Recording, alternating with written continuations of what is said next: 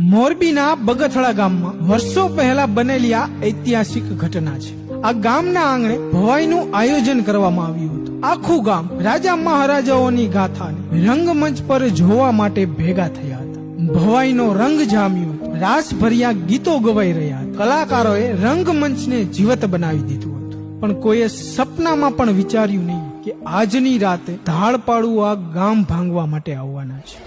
તલવાર, ભાલા, બરછી જેવા હથિયારોથી સજ્જ ધાડપાડુઓ ઘોડાની છલાંગ મારીને સીધા જ માણસોની વચ્ચે ફૂટી પડ્યા। લોકોના હર્ષના અવાજો ચીસોમાં બદલાઈ ગયા। ચારે તરફ અફરાતફરી મચી। લોકો જીવ બચાવવા માટે આમ તેમ દોડધામ કરવા લાગ્યા। ભવાઈના કલાકારો પણ પોતાના ઉતારા તરફ દોડી રહ્યા હતા। પણ એ જ સમયે ભવાઈના રંગમંચ પર ત્રિકમજી દાદા વ્યાસ રાજાનું પાત્ર ભજવતા। વીરરસ જેની રગે રગમાં વહેતો પોતાના પાત્રની મર્યાદાનો ભંગ ન થાય તેવા હેતુથી તેને ધાડપાડુઓને સાવધાન થઈ જવા ચેતવણી આપી।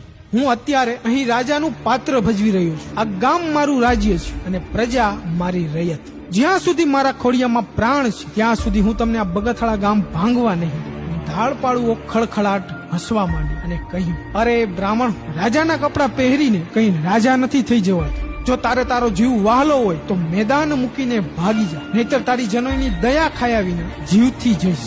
પણ